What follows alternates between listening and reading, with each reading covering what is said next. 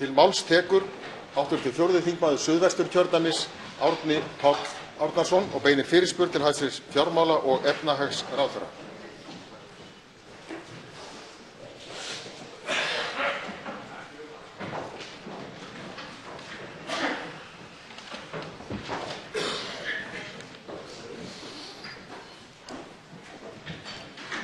Virðulegi forseti, við erum að upplifa fordæmalausa stöðu í íslenskum stjórnmálum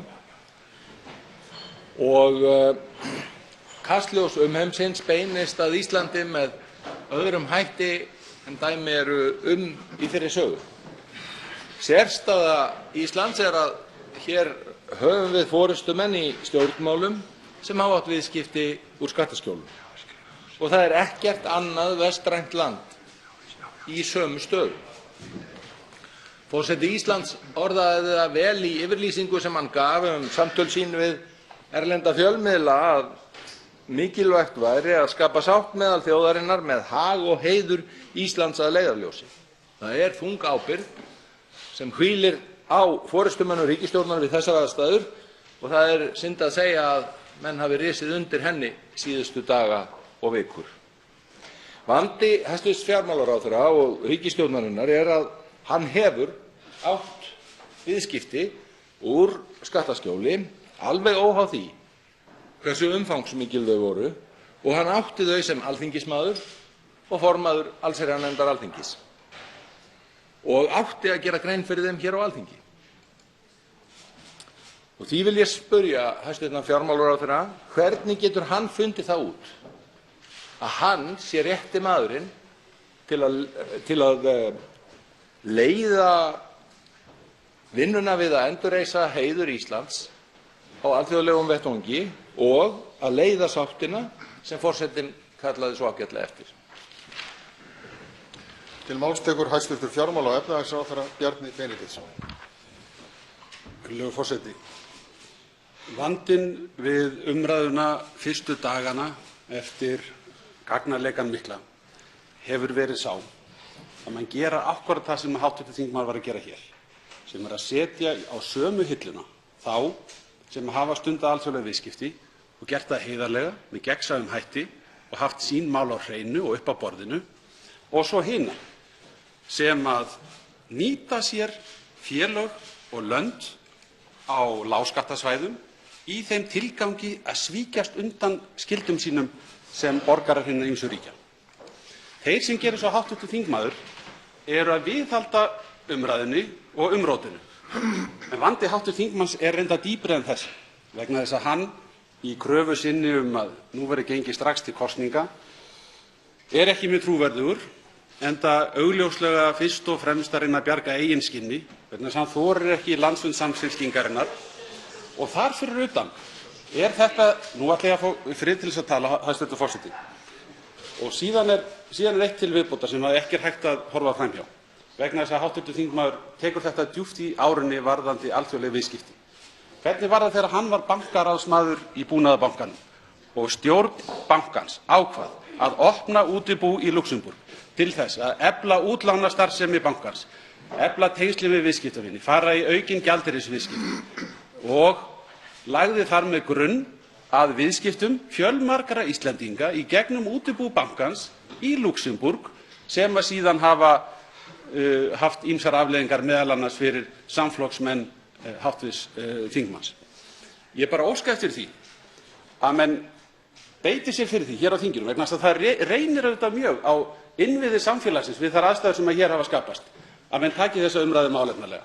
Það sem að ríkisstjórnin hefur gert í þessari viku eru, eins og hv. þingmaður segir, sögulegir atburðir. Í fyrsta lagi hefur forsætisráðherrann stigið til hliðar og við höfum síðan boðað það að það verði kosningar í haust og þá mun ég ekki hlíta dómi hv. þingmanns heldur dómi kjósenda í þessu landi sem er eina rétta lýðræðislega leiðin til þess að greiða úr svona stöðu. Hv. 4. þingmaður Suðvesturkjördæmis Árni Páll Árnason tekur til máls.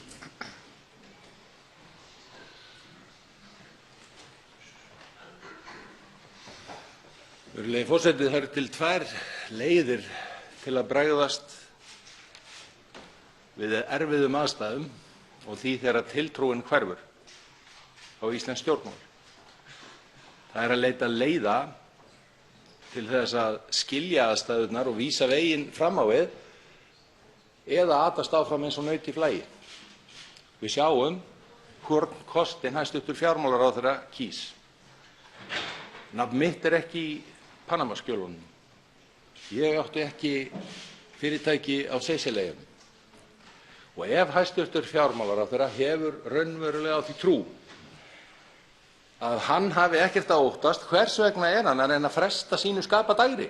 Hvers vegna þorir hann ekki að hitta kjósendur strax eins og ákall í samfélaginu? Og hvers vegna reynir hann að alla aðra auri frekar en að hjálpa til við að hreinsa orðstír Íslands með því að víkja sjálfur til hliðar? Hæstv. fjármála- og efnahagsráðherra Bjarni Benediktsson tekur til máls. Hæstv. forseti. Ég hef nú ekki kannast við það að hafa gerst frægur fyrir að reyna að ata aðra auri. En það er nú akkúrat það sem að hv. þingmaður gerir. Hann er að persónu gera þennan vanda. Ég held að sé ekki góð. Hann er að lýsa því yfir hér að sá sem hér stendur þurfi að svara honum hér með þeim hætti að draga mín persónulegu mál upp á borðið. Ég held að það sé ekki góð leið til þess að komast í gegnum þessa umræðu. Ef ég gæti beðið þingmenn hér um að halda aftur af sér þessa 1 mínútu sem ég hef til andsvara, þá væri það ágætt. Það er ekki bæði hægt að segja að það hafi ekkert gerst og að það þurfi eitthvað að gerast. Hér í þessari viku þá hefur gríðarlega mikið gerst. Forsætisráðherra hefur stigið til hliðar. Það hefur verið styrktur hér meirihlutinn á þinginu. Það er 38 þingmanna meirihluti fyrir áframhaldandi stjórnarsamstarfi og þessi umræða sem að hv. þingmaður er að reyna að setja af stað hér er í raun og veru þingráðsumræðan sem á að fara fram á morgun. Og þessi ríkisstjórn, hún hræðist ekki þá umræðu. Við skulum taka hana og afgreiða hana með atkvæðagreiðslu á morgun. Þriðji þingmaður Reykjavíkurkjördæmis norður, Katrín Jakobsdóttir, tekur til máls og beinir fyrirspurn til hæstv. sjávarútvegs- og landbúnaðarráðherra.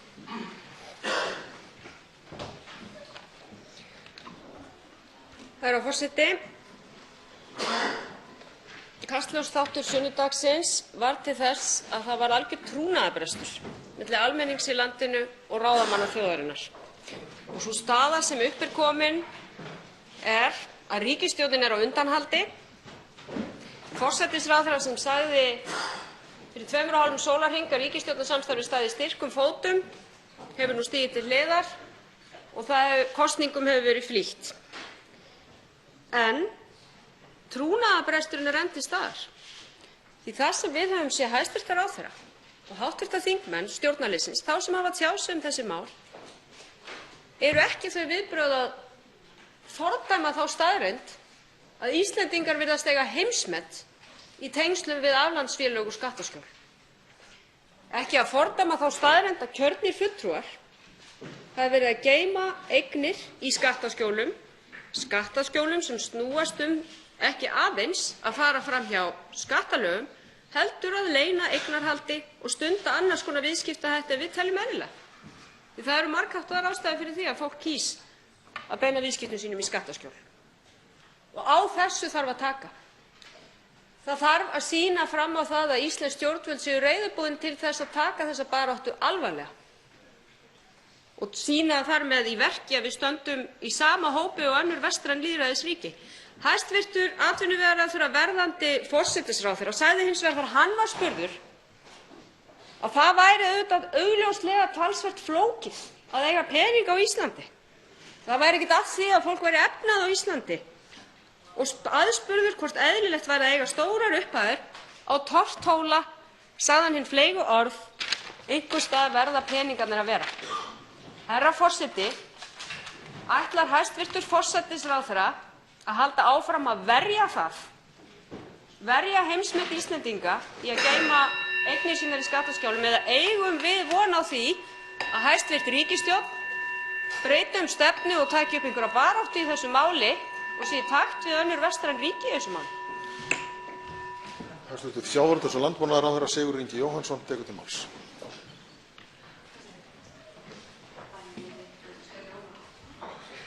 Virðulegi forseti. Ríkisstjórnarmeirihlutinn er á engu undanhaldi. Það er mjög öflugur meirihluti hér í þinginu fyrir áframhaldandi ríkisstjórnarsamstarfi. Sjálfur er ég nú ekki orðinn forsætisráðherra. Það er rétt að það er trúnaðarbrestur í samfélaginu, bæði á stjórnmálamenn, stjórnvöld, fjármálakerfið. Það er mikill vandi sem að hvílir á okkur hér inni að taka á því máli. Það er auðvitað fordæmalaust sá fjöldi Íslendinga sem valið hefur að setja eignir sínar með þessum hætti á lágskattaríki, þó það sé löglegt, og það er ekkert að því þegar menn gera það með þeim hætti að skila hér sköttum og skyldum og eru ekki að gera það í einhverjum annarlegum tilgangi, löglega fengið fé. Það er hins vegar verulega mikið af því, séu menn að því í stórum stíl til þess að fela fé eða borga ekki skatta til samfélagsins. Og ég held að við ættum að nota þetta tækifæri hér í dag að hvetja alla þá sem eru upplýsir af því í Panama-skjölunum en einnig annars staðar, hjá öðrum bönkum, hjá öðrum fyrirtækjum, alla þá sem að hugsanlega hafa orðið fyrir því að gera slíkt á síðustu árum, að koma heim með þá peninga, gera hreint fyrir sínum dyrum. Við þurfum síðan líka að fara yfir það í þessum sal, bæði stjórnvöld og þingið, hvort að lagaumhverfið okkar sé rétt. Við þurfum að halda hér fundi, við getum haldið opinn fund í efnahags- og skattanefnd, fengið ríkisskattstjóra og ríkisrannsóknarstjóra til þess að koma og upplýsa það hvernig staða mála er. Við gætum tekið hér sérstaka umræðu eða jafnvel eitthvað fleira. Við þurfum augljóslega öll hér inni að axla þá ábyrgð að við þurfum að taka á þessu máli eins og allar aðrar þjóðir vilja gera og við þurfum að leita til fyrirmynda hvar það er gert með bestum hætti. Það er mín skoðun. Hv. 3. þingmaður Reykjavíkurkjördæmis norður, Katrín Jakobsdóttir, tekur til máls. Já, herra forseti, ég biðst afsökunar á að kalla hæstv. Atvinnuráðherra forsætisráðherra en það er nú erfitt að átta sig á ráðherraskiptum í þessari ríkisstjórn og hver nákvæmlega er forsætisráðherra miðað við þær fréttatilkynningar sem berast úr forsætisráðuneytinu. En ég vil bara spyrja mjög skýrt, því hæstv. Atvinnuráðherra segir hér að það er ekkert að því að fólk kjósi að geyma eignir sínar á lágskattasvæði. Verðandi hæstv. forsætisráðherra, er ekkert að því?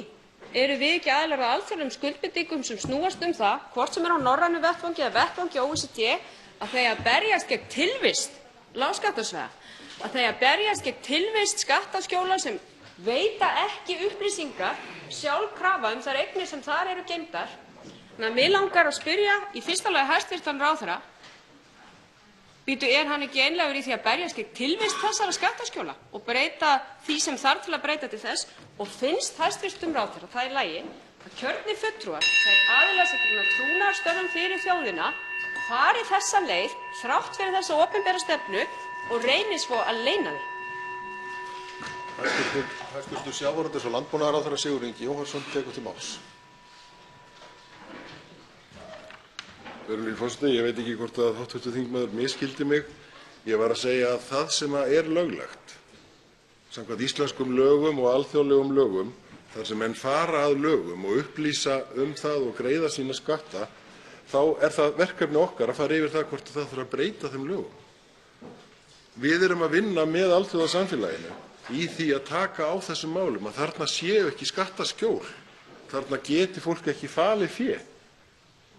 Og það er mjög mikilvægt að við komum þeim skilaboðum skýrt hér út, að við stöndum saman um það, að það eigi allir að standa skil á sínu til samfélagsins. Það eigi ekki að leyna fé. Hvað þá að stinga því undan eða með einhverjum öðrum hætti. Það var spurt hér áðan hvað ég hefði meint með því að segja að það væri erfitt að eiga fé á Íslandi. Ég átti við í samfélaginu.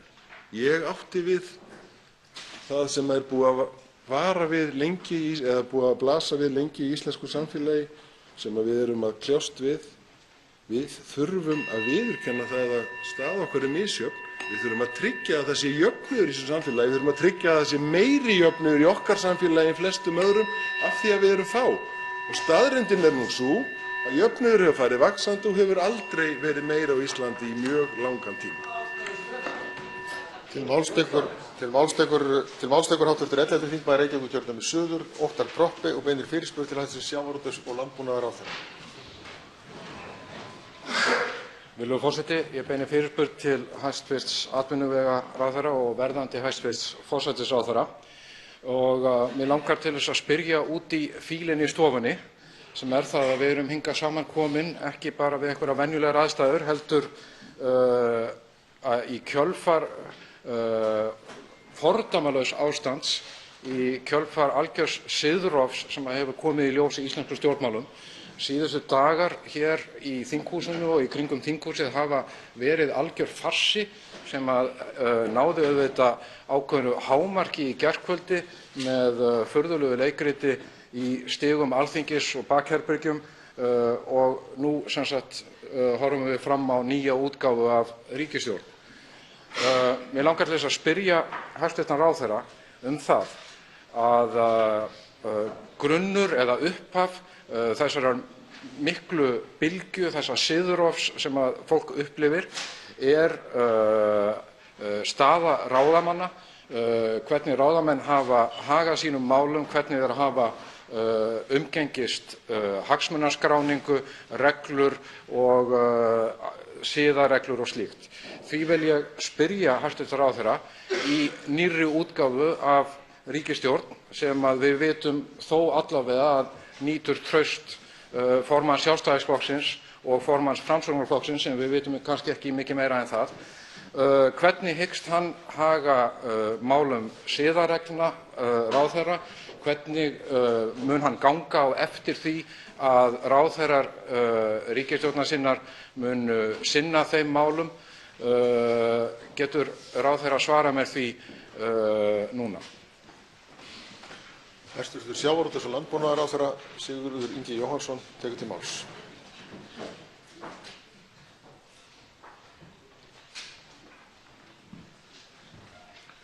Virðulegi forseti.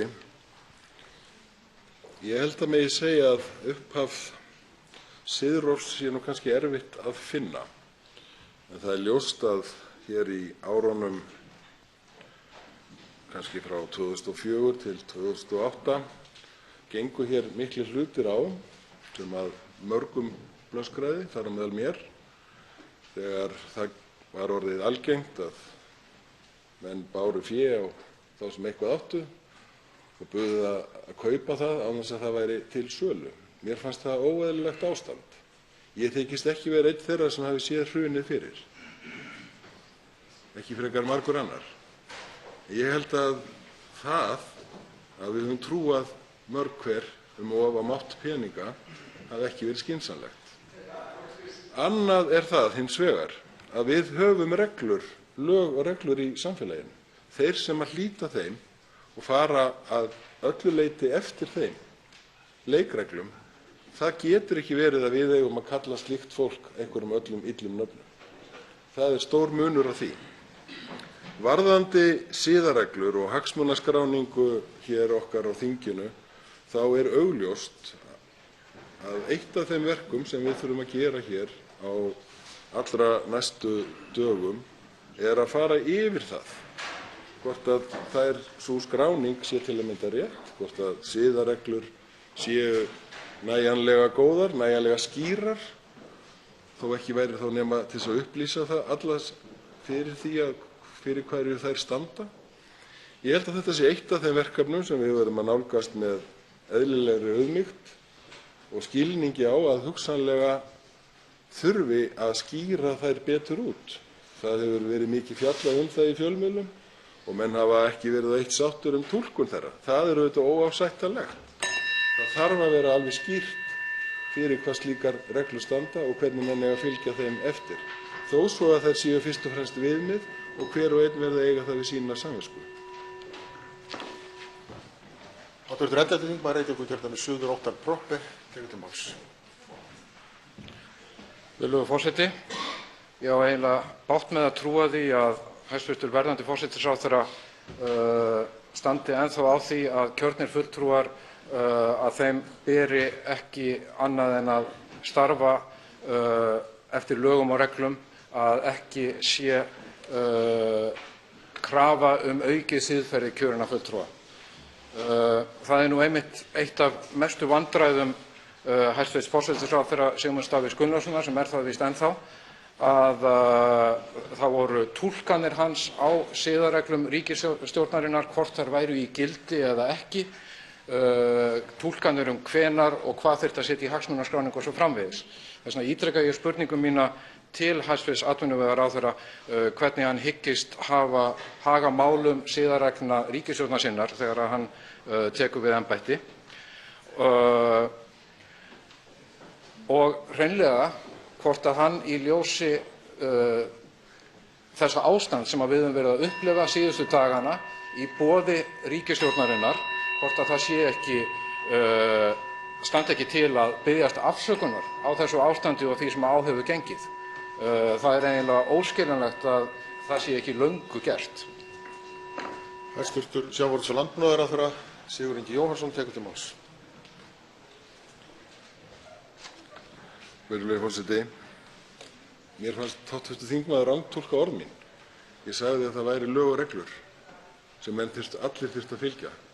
Þar til viðbótar værum við sem værum kjörnir fulltrúar, hvort sem við sitjum hér á Alþingi eða í sveitarstjórnum eða annars staðar, þá værum við með hagsmunaskráningu og við værum með siðareglur, og það er augljóst að við þurfum að fara yfir þessi mál vegna þess að á síðustu dögum hefur það komið í ljós frá miklu fleira fólki heldur en hv. þingmaður nefndi hér og fjölmiðlum að menn mistúlka þessar reglur með ýmsum hætti, halda að þær standi eitthvað annað þar. Það er eins og með hagsmunaskráninguna hér á Alþingi, hún er ekki nægilega skýr, það er engin mikil greinargerð með henni, enda er hún sett upp sem viðmið sem að menn verða síðan að eiga við sína samvisku hvernig þeir upplýsa En það er eðlilegt að við förum yfir þær. Það er fullkomlega eðlilegt og það er ekki bara eðlilegt, það er nauðsynlegt og einn liður í því að sýna að okkur er sá vandi á höndum að byggja hér upp traust til stjórnmálamanna að nýju eftir það áfall sem að hér hefur riðið yfir. Þá tekur til máls hv. 10. þingmaður Reykjavíkurkjördæmis norður, Helgi Hrafn Gunnarsson, og beinir fyrirspurn til hæstv. fjármála- og efnahagsráðherra. Virðulegi forseti. Eftir hrunið 2008, efnahagshrunið fræga, þá beið Ísland mikinn skaða í orðstír á alþjóðavettvangi og mig langar að ræða við hæstv. fjármála- og efnahagsráðherra aðeins það. Fyrir hrun þá töldu Íslendingar og sumir og margir erlendis að hér væri sérstök snilligáfa á ferð í fjármálum, svo auðvitað reyndist það ekki vera tilfelli heldur þvert á móti. Og þess vegna hef ég áhyggjur af trúverðugleika landsins á alþjóðavettvangi og velti fyrir mér forgangsröðun hæstv. ráðherra í því efni. Mig langar að spyrja hæstv. ráðherra hversu mikils hann meti trúverðugleika Íslands og íslenskrar ríkisstjórnar við hluti eins og sölu á banka og afnám fjármagnshafta og öll þessi verkefni sem að ríkisstjórnin hæstv. Telur svo mikilvægt að hún sjálf standi að fyrir kosningar.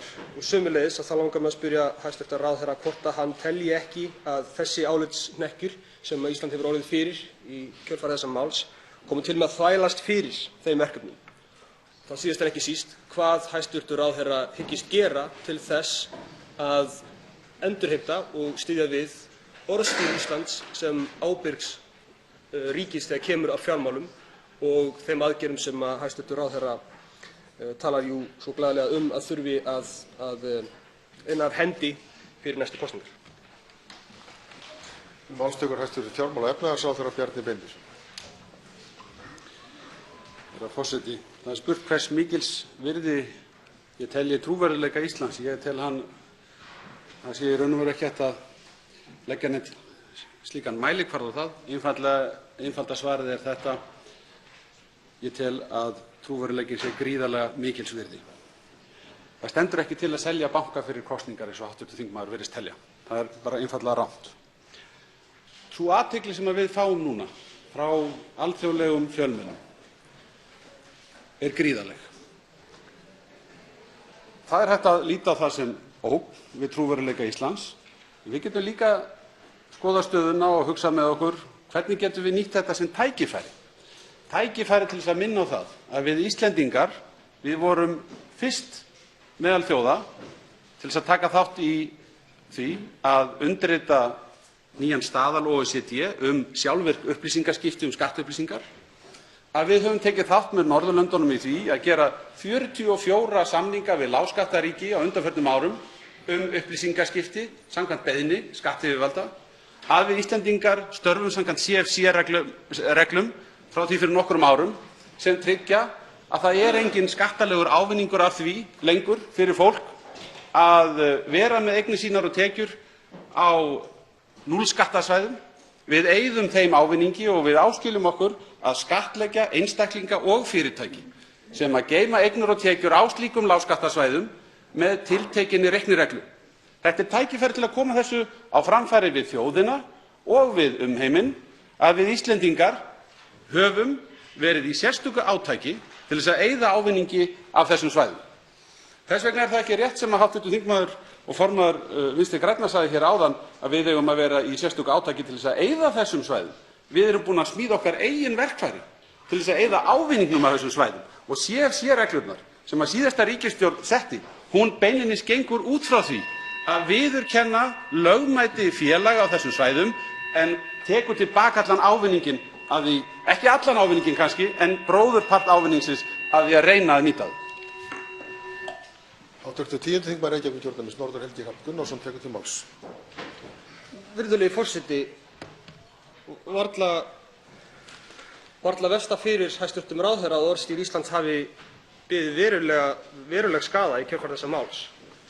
Og óháð því hvort að bankar eru einkavæddir í sumar eða næsta ári, þá skiptir máli að viðbrögðin hér á landi séu skýr og þau séu róttæk. Og þau séu skýr vegna þess að Ísland hefur núna í dágóðan tíma þurft að vinna upp orðstír sinn eftir hrun. Mikið til af þessum uppgangi í efnahagnum á Íslandi er óneitanlega vegna ferðamannaiðnaðarins, ekki vegna þess endilega að yfirvöld hafi gert eitthvað sérstakt og kannski að sérstakt kjörtímabil ef út í það er farið. Án þess að ég vilji karpa það hér og nú, þá hlýtur hæstv. Ráðherra að líta þennan skaða á orðstír Íslands á alþjóðavettvangi mjög alvarlegum augum. Ég meina, við sukkum mjög lágt í orðstír í hruninu og þessir atburðir hafa opnað þau sár, ekki bara á Íslandi, heldur líka erlendis. Og þess vegna finnst mér vanta hjá hæstv. Ráðherra skýringar á því hvort að hann telji ekki að afleiðingarnar hér þurfa að vera skýrari gagnvart erlendum aðilum. Til máls tekur hæstv. fjármála- og efnahagsráðherra Bjarni Benediktsson. Forseti, við erum annars vegar, þetta er endurtekið að gerast hér, það er annars vegar sagt hér úr ræðustól að það séu söguleg tíðindi, atburðir sem eigi sér engin fordæmi, afsögn forsætisráðherra og svo hins vegar, það hefur ekkert gerst. Ég er alveg sammála hv. þingmanni það að þetta eru aðstæður sem að valda okkur áhyggjum en við verðum að rísa undir þeirri ábyrgð sem að þjóðin hefur falið okkur að vinna úr þessum málum málefnalega og í einhverju jafnvægi. Og nú höfum við sagt það verður kosið næsta haust. Þá verður umboð þeirra sem að hér starfa endurnýjað og í millitíðinni hyggst ríkisstjórnin vinna að framfaramálum sem hún hefur sett á dagskrá. Við höfum áður lent í kröppum dansi. Ég nefni, þó að það sé, og ég virði það við mönnum finnst þetta ekki alveg nægilega gott dæmi, en við vorum í miklum vanda og neikvæðri umræðu þegar hér urðu eldsumbrot og miklar raskanir á samskiptum. Þeirri stöðu náðum við að snúa okkur í hag. Og þetta er ekki fyllilega sambærileg mál, en ég samt vek athygli á því að það kastljós sem beintist að okkur á þeim tíma, það var nýtt til þess að koma framfæri réttum skilaboðum. Og við höfum margt að fram að færa eftir þær lagabreytingar og þær áherslur sem fylgt hefur verið á undanförnum árum í umræðunni aflandsfélög og hvernig eigi að taka á þeim málum. Þá tekur til máls hv. 11. þingmaður Suðvesturkjördæmis, Katrín Júlíusdóttir.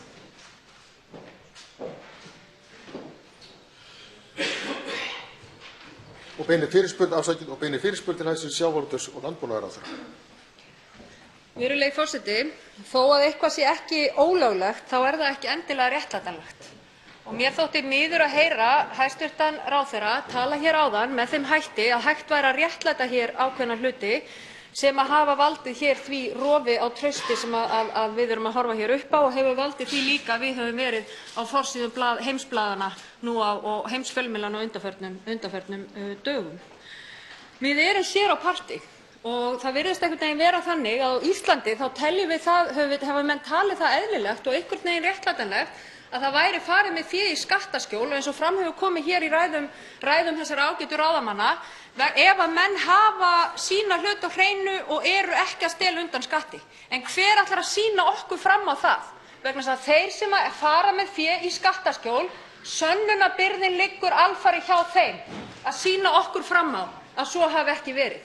Þess vegna, virðulegi forseti, er þetta aldrei réttlætanlegt, ekki undir neinum kringumstæðum, að fara með fé í skattaskjól. Virðulegi forseti, þá var ég líka að segja það að krafan kosningar strax er eðlileg í ljósi þess trúnaðarrofs sem orðið hefur og þess siðrófs sem orðið hefur í okkar samfélagi og það er eðlilegt að hæstv. ríkisstjórn staldri nú aðeins við að nýju og svari þessari kröfu með einföldu jái. Það er ekki boðlegt að bera fram að það séu svo mikil og stór mál sem að menn þurfi að ráðast í áður en við getum gengið til kosninga. Menn eru ennþá að keyra sama prógramm við afnám hafta eins og fráfarandi ríkisstjórn lagði upp með og það er ekki deilur um það. Það er ekki deilur um heilbrigðismálin, virðulegi forseti. Það geta allir flokkar hér farið í vinnu hvað varðar heilbrigðismálin. Virðulegi forseti, það eina sem ég sé að standi eftir hjá þessari ríkisstjórn að vinna með og við gætum ekki hjálpað þeim við, það eru búvörusamningar. Ætla menn í alvörunni að búa hér til starfsstjórnum búvörusamningar? Er það sem þetta gengur út á? Virðulegi forseti, það hefur enginn beðist afsökunar á sínum gjörðum í þessu máli, ekki einn einasti maður. Eina sem hefur gerst er það að menn hafa skipst á stólum. Til máls tekur hæstv. sjávarútvegs- og landbúnaðarráðherra Sigurður Ingi Jóhannsson.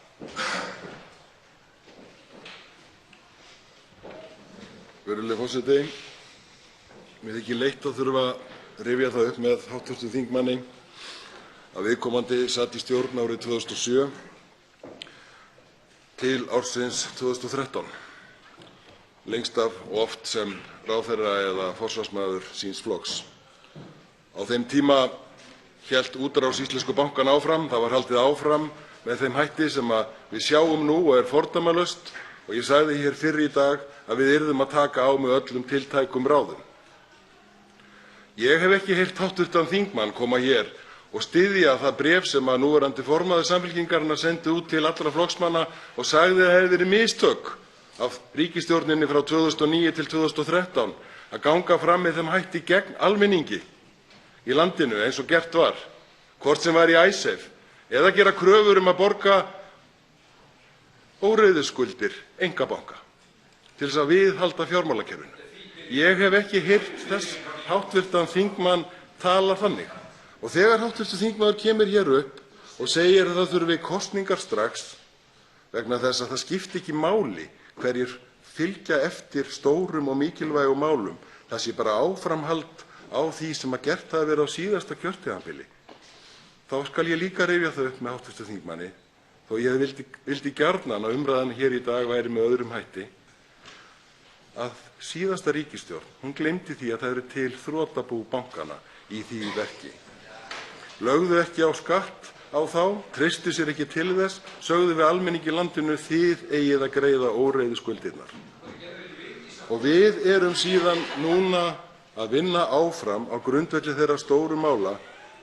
Hv. þingmaður Steingrímur J. Sigfússon, þú kemst örugglega einhvern tímann og það væri kannski áhugavert ef þú myndir líka koma upp og tala bréf núverandi formanns Samfylkingarinnar og þá skoðun sem hann setur fram að ríkisstjórnin hefði gert mistök. Ef við getum tekið málefnalega umræðu framtíðina skulum við gera það, en við skulum gera það á réttum hætti. Hv. 11. þingmaður Suðvesturkjördæmis Katrín Júlíusdóttir tekur til máls. Virðulegi forseti. Það hefur verið boðað í dag að hæstv. ráðherra muni verða nýr forsætisráðherra landsins. Hér heyrðum við auðmýktina, tóninn sem sleginn hefur verið á fyrsta degi í því embætti. Það þarf enginn að biðjast afsökunar. Það þarf ekki. Það er nóg bara að benda á síðustu ríkisstjórn. Er einhver úr henni sem átti fé í skattaskjólum? Nei. Og það er það sem er að koma okkur í heimspressuna núna. Það er umræða um það að fulltrúar stjórnvalda á Íslandi hafi átt fjármuni í skattaskjólum. Virðulegi forseti, við skulum halda fókus á vandanum þannig að við getum leyst úr honum. Ég verð að segja alveg svo virðulegi forseti, að mér þykir það miður að sjá hæstv. ráðherra koma hér upp og finnast þetta bara svona eins og þreytandi nudd í sér. Þetta er svona eitthvað suð í einhverju fólki. Hann tekur þetta ekki alvarlega. Hvernig ætlar hæstv. ráðherra að fylgja þjóðinni að baki sér með þessum orðum? Ég vil fá að vita frá hæstv. ráðherra hvort að hann ætli að verða við kröfunni um kosningar strax. Ef ekki, þá hvaða tímasetning verður sett á nýjar kosningar? Hæstv. sjávarútvegs- og landbúnaðarráðherra Sigurður Ingi Jóhannsson tekur til máls. Virðulegi forseti, það skiptir miklu máli hvernig við presenterum það sem við erum að gera hér á Íslandi og á síðustu 3 árum höfum við gert það með mjög skýrum hætti og vakið mikla athygli og oft á tíðum aðdáun heimsins á því hvernig við höfum tekið á því að byggja hér upp landið að nýju. Í kjölfar Icesave, í kjölfar þess að taka á slitabúum fallinna banka. Það er mjög góð leið til þess að byggja upp traust bæði hér innanlands og út á við. Varðandi kosningar strax, sem hefur heyrst hér sem krafa, þá er hér 38 þingmanna meirihluti hér á þinginu. Það er starfandi ríkisstjórn og við erum tilbúin að halda því áfram að ljúka þessum stóru verkum sem við teljum vera mikilvægari fyrir þjóðina að við ljúkum áður en við göngum til kosninga. Ég veit vel að stjórnarandstaðan getur verið ósammála okkur það og við getum tekið málefnalega umræðu það.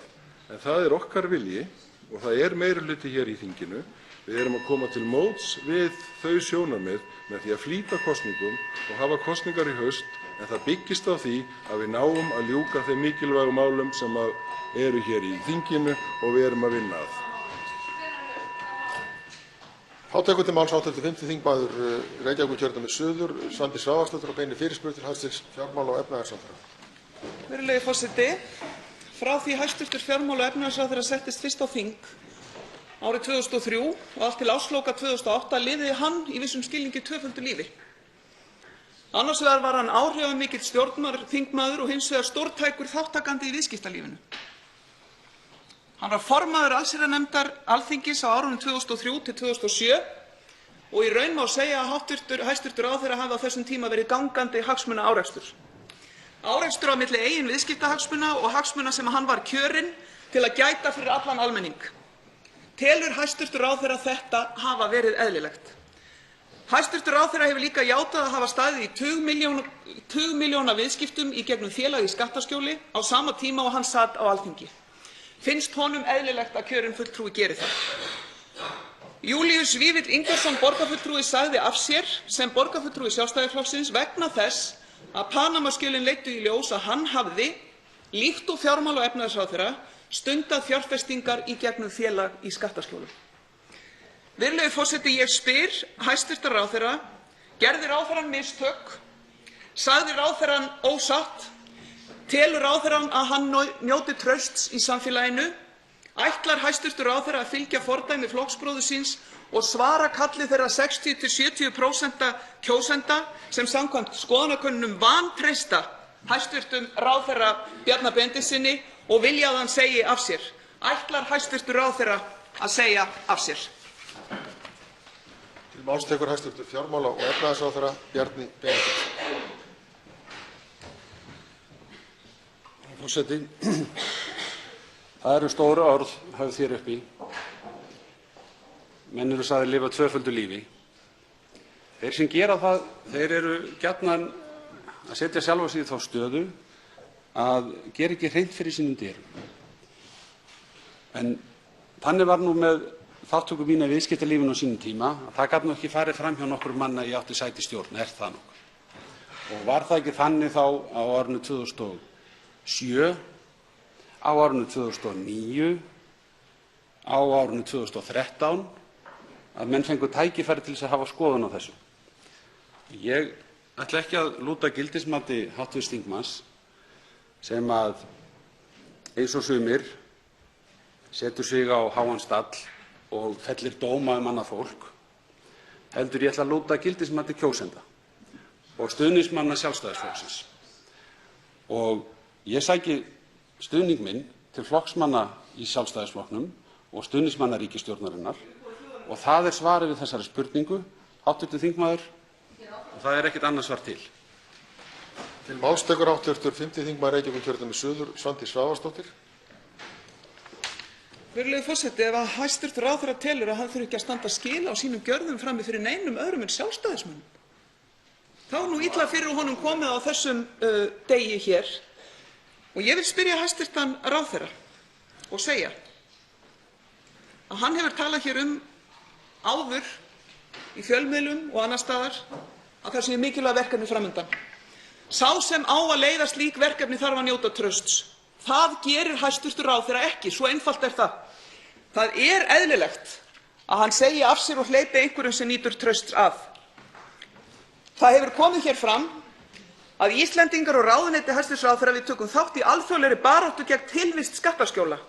En ennþá talar ráðherrann eins og sú staðreynd að hann sjálfur tengist beint slíkri starfsemi sé eitthvað sem sé ásættanlegt. Slíkt væri ekki viðunandi í neinu vestrænu lýðræðisríki og á ekki að vera viðunandi á Íslandi. Ráðherra fjármála og efnahagsmála Bjarni Benediktsson verður að segja af sér. Þetta blasir við. Af hverju skilur ráðherrann þetta ekki? Hæstv. fjármála- og efnahagsráðherra Bjarni Benediktsson tekur til máls. Virðulegi forseti, það hefur stundum einkennt stjórnmálamann eins og þann sem að talaði hér síðast að þeir þrífast best í svona upplausn og umróti. En ég einn af þeim sem að kýs að fylgja lögum og reglum. Ég skora á hv. þingmann að leggja bara hér fram vantrauststillögu. Þá getum við tekið hana eftir formreglum og afgreitt hana í atkvæðagreiðslu. Njóti ég ekki trausts meirihluta þingsins til þess að gegna embætti, þá niðurstaða fengin. En ef niðurstaðan önnur, þá spurningu hv. þingmanns svarað. Af hverju kemur hv. þingmaður ekki bara með vantrauststillögu? Og getur hann ekki bara beðið þar til á morgun? Og við skulum taka þessa umræðu þá. Er það ekki þá, vonandi getum við þá verið sammála að það farvegurinn til þess að fella þessa umræðu í. Hv. 7. þingmaður Reykjavíkurkjördæmis suður, Róbert Marshall, tekur til máls og beinir fyrirspurn til hæstv. fjármála- og efnahagsráðherra.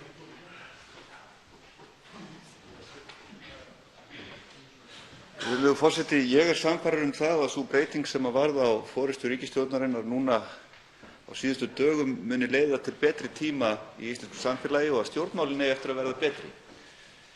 Ég þeirrar skoðunar að forystumenn ríkisstjórnarinnar, hæstv. ráðherra Bjarni Benediktsson og hæstv. ráðherra Sigurður Ingi Jóhannsson, séu menn sem hægt að ræða við. Það talsamband við þá, þetta eru góðir og grandværir menn. En sú staða sem við erum í núna snýst ekki það, hvort þeir séu góðir eða slæmir. Hún snýst ekki heldur það hvort þeir hafi gert brotlegið við lög eða ekki. Hún snýst það hvort það sé hægt að treysta þeim, hvort það sé traust á milli almennings og ríkisstjórnar. Og það traust og sá trúverðugleiki verður ekki endurnýjaður með tilvísun í Sjálfstæðisflokkinn, hæstv. fjármálaráðherra. Þess vegna spurt: hvernig kemur ráðherra það til, hæstv. sem í Panama-skjölunum, að halda því fram að hann sé besti maðurinn til þess að afnema gjaldeyrishöft? Hvað í atburðarás síðustu daga til vitnisburðar það að þessir tveir flokkar séu bestir til þess að fara með stjórn landsins og ráða þeim mikilvægu verkefnum sem fram undan eru? Ekki nokkur skapaður hlutur. Hvað kemur hæstv.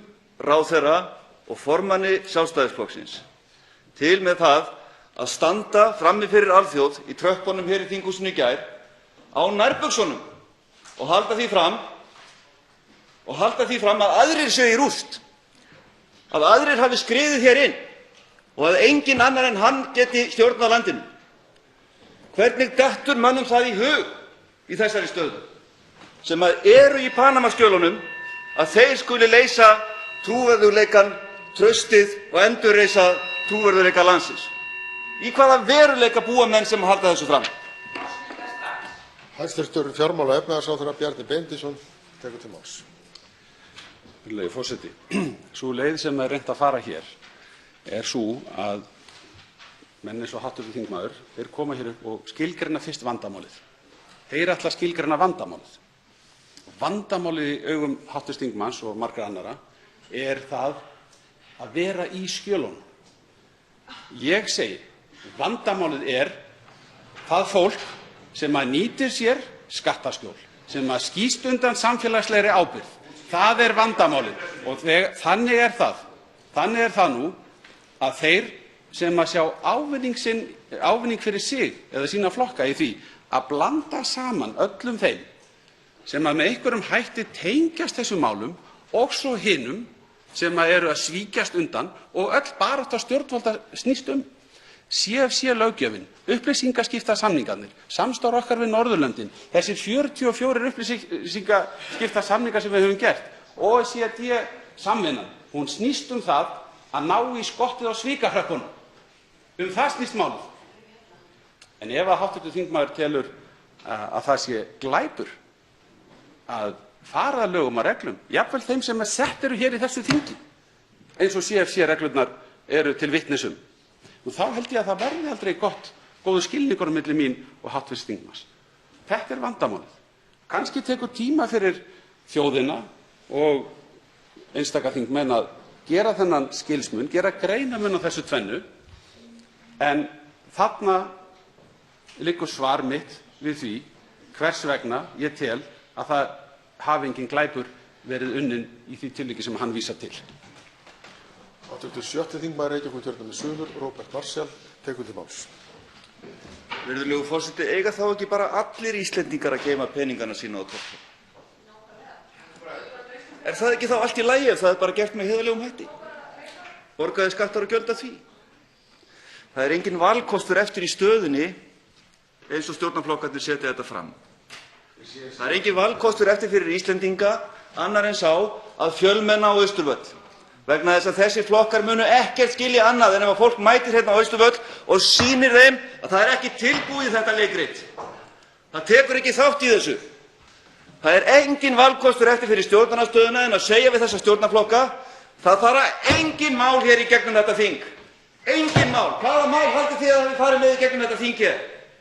Ætlið þið að standa fyrir framan okkur á tröppum þinghússins hérna í gær og halda því fram að það verði settar kosningar eftir að þið hafi klárað ykkar þingmálalista? Í hvaða leikriti hæstv. ráðherra staddur þegar hann heldur þessu fram? Hæstv. fjármála- og efnahagsráðherra Bjarni Benediktsson tekur til máls. Herra forseti, hv. þingmaður gjarnan í essinu við svona aðstæður eins og nú hafa skapast. Ég man eftir kæri Jón bréfinu. Sem skrifað var fyrir nokkrum árum. Þetta þykir vera ómálefnalegt, heyri ég frá hv. þingmanni. Ómálefnalegt. En ég bara benda á það að hann nær sér oft svona vel á strik við aðstæður eins og þessar. Nú er það svo að hv. þingmaður vék að því hér að það væri siðlaust að fara eftir CFC-löggjöfinni og þá eiginlega stendur bara eftir sú spurning: CFC-löggjöfin sem var afgreidd hér á þingi, hún siðleysa? Hún siðleysa?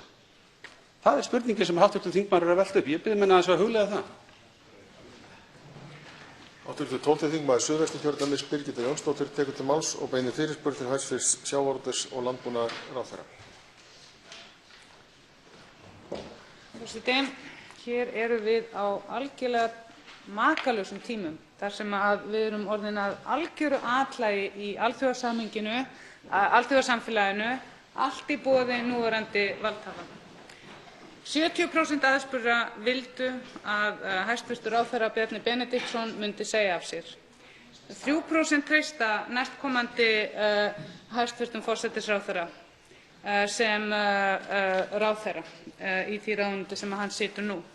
Mig langar því að spyrja í ljósi allra atburðanna og í ljósi þess að það er ekki snefilla auðmýkt. Það hefur enginn beðist afsökunar. Það hefur enginn komið fram fyrir þjóðina á þann veg að við getum hætt að upplifa okkur eins og við séum í einhverju fáránlegu Daríó Fó leikriti.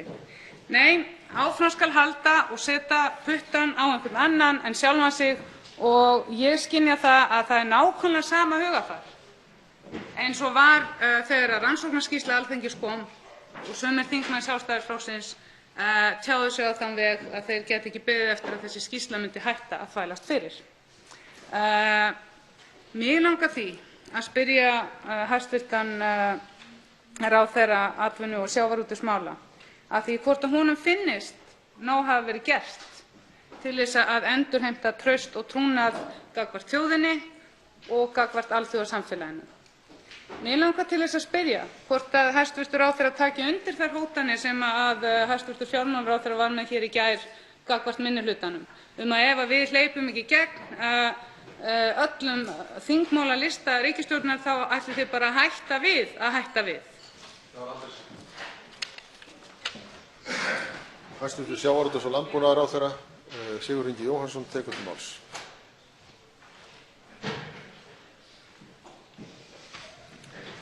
Virðulegi forseti. Það er ekki siður minn að vitna til funda sem að menn eiga með svona forsvarsmönnum flokka, en ég get hins vegar sagt það að á þeim fundi komu ekki fram neinar hótanir. Þetta var samtal þá fordæmalausu stöðu sem við erum í og það var mjög mikilvægt að eiga þann fund og ég þakka fyrir þann fund. Og eins og við höfum lýst þá eru mjög mörg stór mál sem að bíða hér inni til þess að leysa, sem að við þurfum að leysa, sem að við teljum að það séu mun stærri þjóðarhagsmunir fyrir heldur en að ganga til kosninga nú. Og ég býst við að margir geti verið sammála okkur það. Er nóg að gert? Það eru þetta fordæmalausar aðstæður og hlutir sem hafa gerst í þessari viku. Forsætisráðherra hefur stigið til hliðar. Við höfum ákveðið að ljúka þeim mikilvægu verkefnum sem þarf að ljúka og ganga síðan til kosninga. Er það nóg? Auðvitað þurfum við að gera hér meira. Það er löng hefð fyrir því, eða við getum í það mesta sagt að það sé í það minnsta síðan árið 2008 að hér brast traust til stjórnmálamanna, stjórnvalda, fjármálakerfisins og það er mikið verk óunnið enn. Og það sem að nú blasir við er að við þurfum auðvitað að taka á því með hvaða hætti það gerist. Við höfum meðal annars fengið mikla athygli á liðnum árum fyrir frábæra vinnu sem við höfum verið að vinna að. Og við erum með mikla athygli fjölmiðla heimsins á okkur í dag. Og við eigum auðvitað að nýta það tækifæri til að sýna fram á hvernig annars vegar við höfum komist í þá stöðu að vera hér með endurreisn, langt komin með endurreisn þjóðfélagsins eftir að það hefur hrunið til grunna og hins vegar hvernig við ætlum að taka á þessum málum af mikilli skilvirkni og festu. Hv. 12. þingmaður Suðvesturkjördæmis Birgitta Jónsdóttir tekur til máls. Forseti, mér finnst ég nú ekki hafa fengið almennileg svör hér og ég var nú ekki að vísa í samtal á milli formanna flokkanna heldur bara það sem kom fram á blaðamannafundi ykkar í stiganum og óska ykkur til hamingju með stigamannastjórnina. En mér langar að spyrja hæstv. ráðherra af hverju í ósköpunum hann telji að það séu þessir flokkar sem séu hinir einu sem geta klárað afnám hafta. Telur hæstv. ráðherra að það sé virkilega svo að þið njóti trausts og trúnaðar til þess að klára þá vinnu? Af hverju geta ekki einhverjir aðrir flokkar gert það? Þetta hefur verið unnið hér í þverpólitískri samvinnu á þinginu og af hverju getur það þá ekki haldið áfram þó að þið séu ekki með ykkar nöfn tengd við það? Það er ekkert endilega í þágu þjóðarhagsmuna að nafn núverandi fjármálaráðherra sé tengt við þessi afnám. Eða hvað þá sá forsætisráðherra sem nú hefur aðeins stigið til hliðar en ekki sagt af sér. Hæstv. sjávarútvegs- og landbúnaðarráðherra Sigurður Ingi Jóhannsson tekur til máls.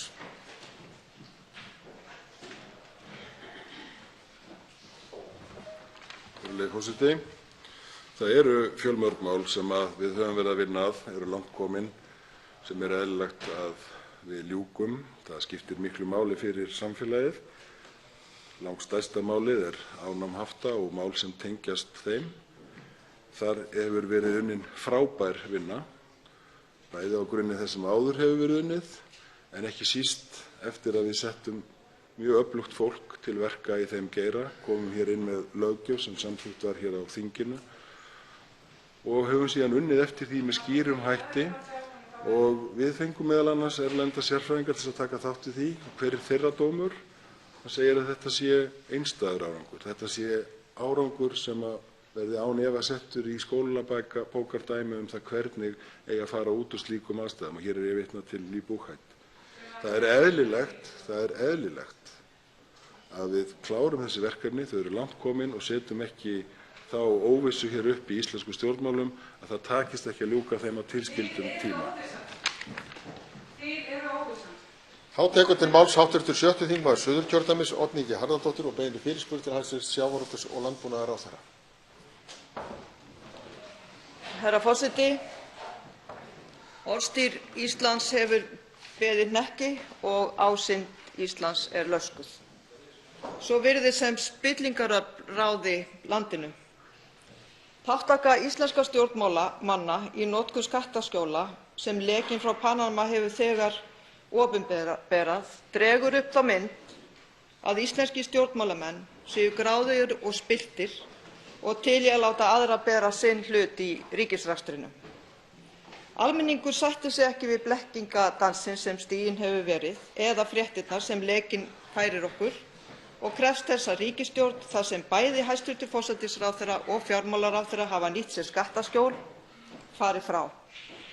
Skattaskjól eru með hreinsibúnað og felunet sem lýðræðisríkið Ísland kærir sig ekki um. Á sunnudaginn urðum við vitni að fordæmalausri afhjúpun á eigum hæstv. ráðherra í skattaskjólum. Daginn eftir urðu hér stærstu mótmæli í sögu landsins og daginn þar á eftir átti sér stað hreint ótrúleg atburðarás og Ísland varð að atlagi út allan heim. Á þessu sama tímabili fór hæstv. sjávarútvegs- og landbúnaðarráðherra og tilvalandi forsætisráðherra í hvert viðtalið á fætur öðru til að verja gerðir fráfarandi forsætisráðherra og formanns Framsóknarflokksins, til þess að verja tilvist skattaskjóla og notkun stjórnmálamanna á þeim. Auk þess réðust hv. þingmenn Framsóknarflokksins að þeim sem fluttu fréttirnar, réðust að Ríkisútvarpinu með dyrgjum. Hæstv. ráðherra sagði hér fyrr í umræðunni að hann væri ekki alfarið á móti tilvist skattaskjóla og ég vil spyrja hæstv. ráðherra hvort að Framsóknarmenn séu almennt sammála honum þetta og hvers vegna hann ætti að njóta trausts þess að leiða landið eftir framgöngu hans síðustu daga og réttlætingu hans á notkun skattaskjóla. Hver er munurinn á hæstv. sjávarútvegs- og landbúnaðarráðherra og fráfarandi forsætisráðherra? Hvers vegna er hæstv. ráðherra betri kostur? Til máls tekur hæstv. sjávarútvegs- og landbúnaðarráðherra Sigurður Ingi Jóhannsson.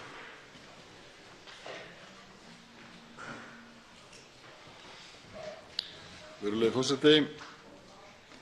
Ég tel það sé eðlilegast að ég felli ekki dóma það. Ég er ekki vanur því að fella dóma kosti mína eða galla. Ég reyni að horfa í gallana og reyna að bæta þá eins og ég vona að flestir einstaklingar geri. En ég tel að aðrir verða að dæma það hvernig ég muni reynast sem forsætisráðherra.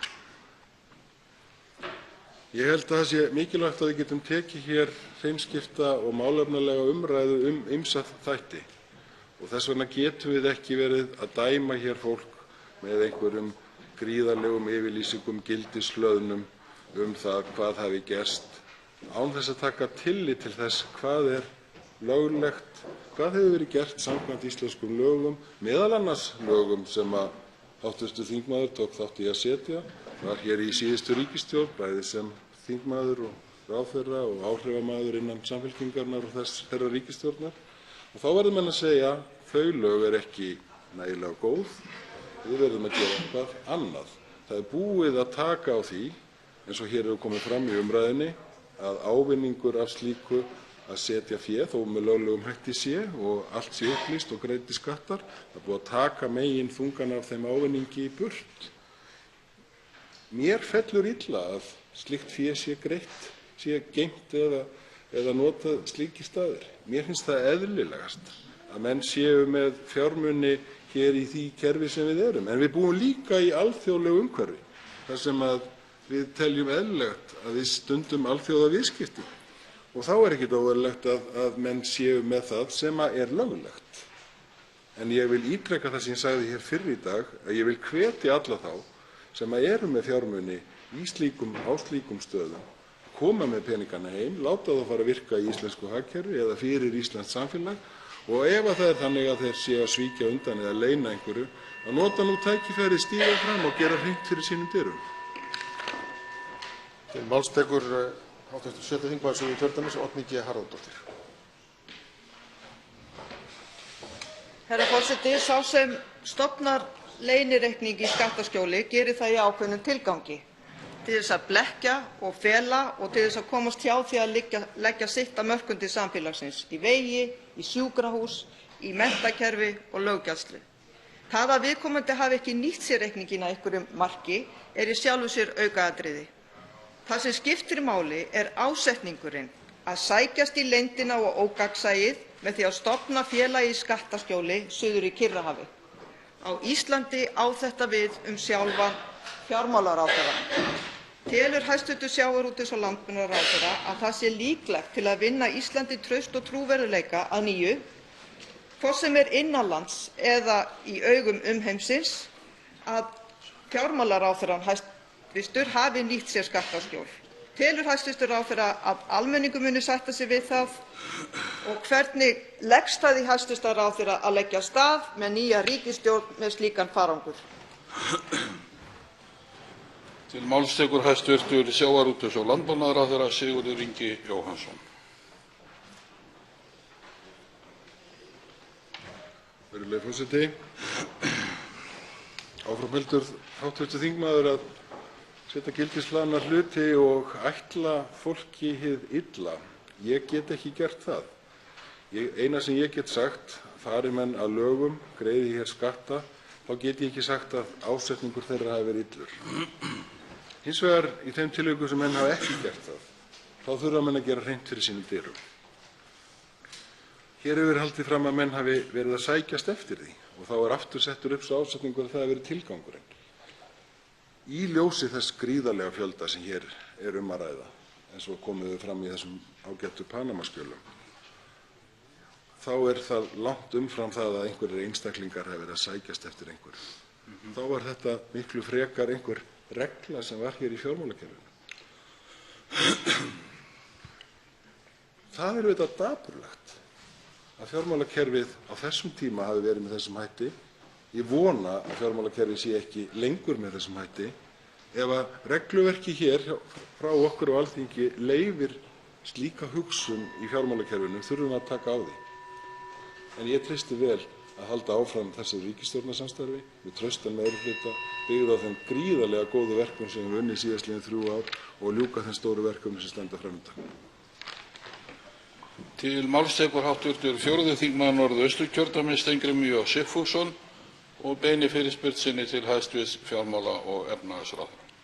Herra forseti, ég hef nú gaman af því þegar málsvörn hæstv. fjármálaráðherra er orðin aðallega CFC-reglurnar sem voru sett í tíð ríkisstjórnar Vinstri grænna og Samfylkingar undir minni forystu í fjármálaráðuneytinu. Og CFC-reglurnar sem að sömu flokkar og nú eru við völd vanræktu að leiða í lög árum saman fyrir hrun til stórkostlegs tjóns fyrir Ísland, hafandi þó það tilmæli frá skattayfirvöldum og stjórnskipaðri nefnd að gera svo. Þannig að hæstv. ráðherra er nú á þunnum ís að hluta til í þessari málsvörn. Í öðru lagi geri ég athugasemdir við það þegar hæstv. fjármálaráðherra segir að það sé rangt hjá formanni Vinstri grænna að hluti hinnar alþjóðlegu viðleitni til þess að berjast við skattaskjól sé að loka þeim. Vegna þess að í yfirlýsingu Norðurlandanna og í vinnu norrænu ráðherranefndarinnar stendur beinlínis að hluti baráttunnar snúi að því að draga úr skaðlegri skattasamkeppni. Skaðlig skattekonkurrens heitir þau upp á dönsku. Og af hverju?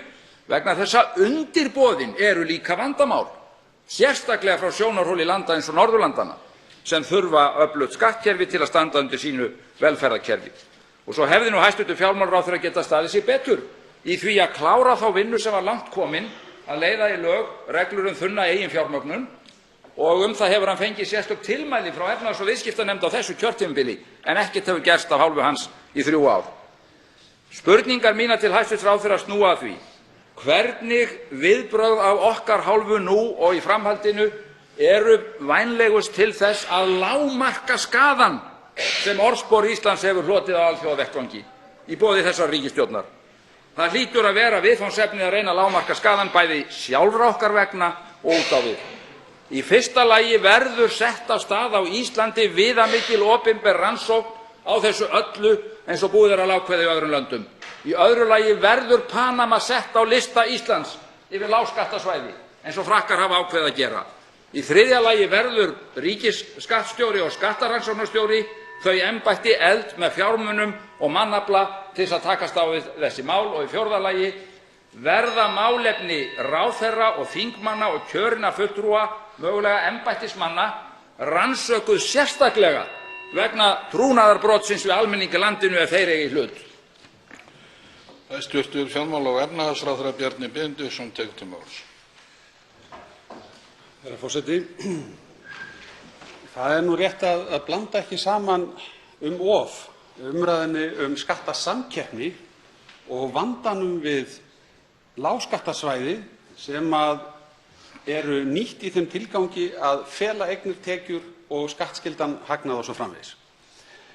Ég held að ég og hv. þingmaður séum ekki á sama bát, ekki sammála alþjóðlega skattasamkeppni, vegna þess að ég tel að hún geti verið af hinu góða. Írar til að mynda eru með 6,25% tekjuskatt á fyrirtæki sem stunda rannsóknir og þróun á Írlandi. Ég held að átak Norðurlandanna snúi ekki að því að uppræta einhverja slíka hluti. Það er nú bara þetta sem ég vildi segja þennan þátt málsins.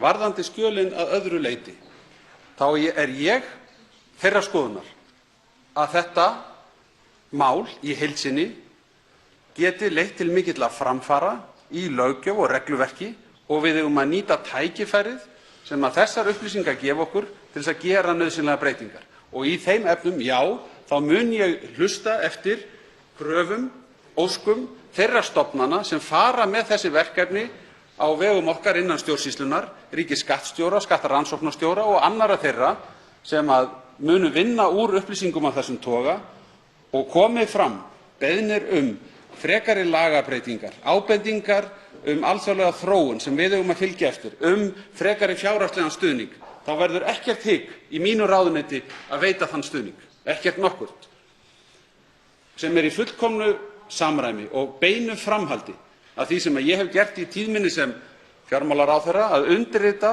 þá staðla sem OECD hefur gefið út, og við tókum þátt í undirskriftarfundi sérstökum í Berlín á árinu 2014 til þess að fylgja því máli eftir, og þær fjárveitingar sem ég hef barist fyrir í ríkisstjórn og hér síðan á Alþingi til þessara mála sérstaklega.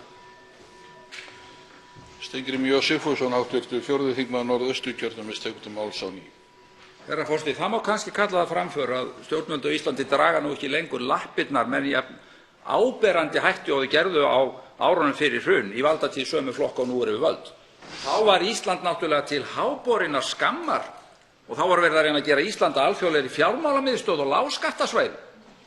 Það má segja að ástandið sé skárra að þessu leyti í dag, samanber það sem hæstv. Fjármálaráðherra fór hér yfir, en ég fæ mig nú ekki til þess að þakka það sem alveg sérstakt afrek af hálfu hæstv. ráðherra að hafa tekið þátt í því að undirrita plögg með OECD, og ég vísa til norræna samstarfsins einnig, þar sem önnur nálgun. Við getum verið pólitískt ósammála um hana, en hún samt sú að reyna að draga úr skaðlegri skattasamkeppni og undirboðum. Mér finnst hæstv. fjármála- og efnahagsráðherra brattur að tala tækifæri fyrir Ísland, að minnsta kosti svona hvað landkynninguna snertir í bili. Það dálítið djarft að tala tækifæri í þeim efnum. Ekki veruleikinn sá að nú loksins komin heimsmetinn sem að hæstv. fráfarandi forsætisráðherra Sigmundur Davíð Gunnlaugsson var alltaf að stæra sig að. Nú á hann loksins heimsmet með 3 ráðherra í sinni ríkisstjórn sem á Panamaskjölunum, nokkra borgarfulltrúa í viðbót og 600 landsmenn sína í viðbót Og þetta er allt saman í boði sömu flokka. Þetta er á grundvelli hugmyndafræði og pólitíkur Sjálfstæðisflokksins og Framsóknarflokksins. Allt saman. Það er fortíðin frá nýfrjálshyggjutímanum sem er að elta þessa flokka uppi núna. En því miður er það þjóðinni sem blæðir. Hæstv. fjármála- og efnahagsráðherra Bjarni Benediktsson tekur til máls á ný. Virðulegi forseti, ég tók ekki eftir því að til mín væri beint neinum spurningum og hér var horft á tóman stól fráfarandi forsætisráðherra, þannig ég hef ekkert um þessa ræðu að segja.